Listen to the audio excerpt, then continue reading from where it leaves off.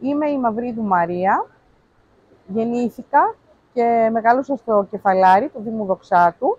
Έχω τελειώσει οικονομικές επιστήμες στο Αριστοτέλειο Πανεπιστήμιο Θεσσαλονίκης.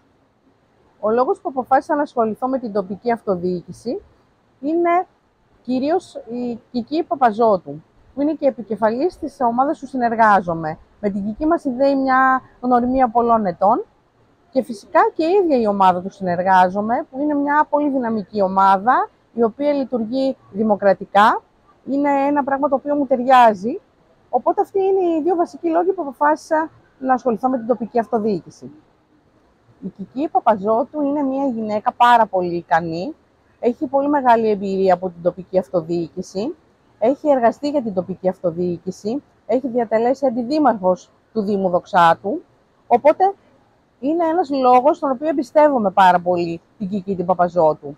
Και το δεύτερο και πάρα πολύ βασικό είναι το όραμα. Η Κική έχει όραμα για το Δήμο Δοξάτου και θα βοηθήσουμε και όλα τα μέλη του συνεργάζομαι για να μπορέσουμε να το υλοποιήσουμε αυτό το όραμα.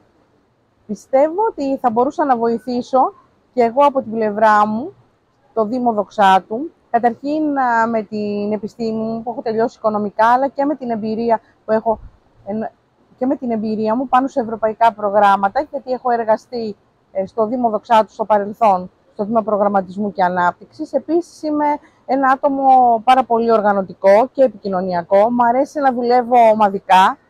Είναι ένα πράγμα το οποίο μου δίνει έμπνευση. Οπότε πιστεύω ότι θα μπορούσα να βοηθήσω σε αυτούς τους τομείς. Η συμμετοχή της παράταξής μας στη διοίκηση του Δήμου Δοξάτου έχει δώσει εμπειρίες στην παράταξη, ώστε να είναι η πιο ικανή για να διοικήσει το Δήμο μας την επόμενη θητεία. Γι' αυτό το λόγο σας καλώ να στηρίξετε την ομάδα του συνεργάζομαι.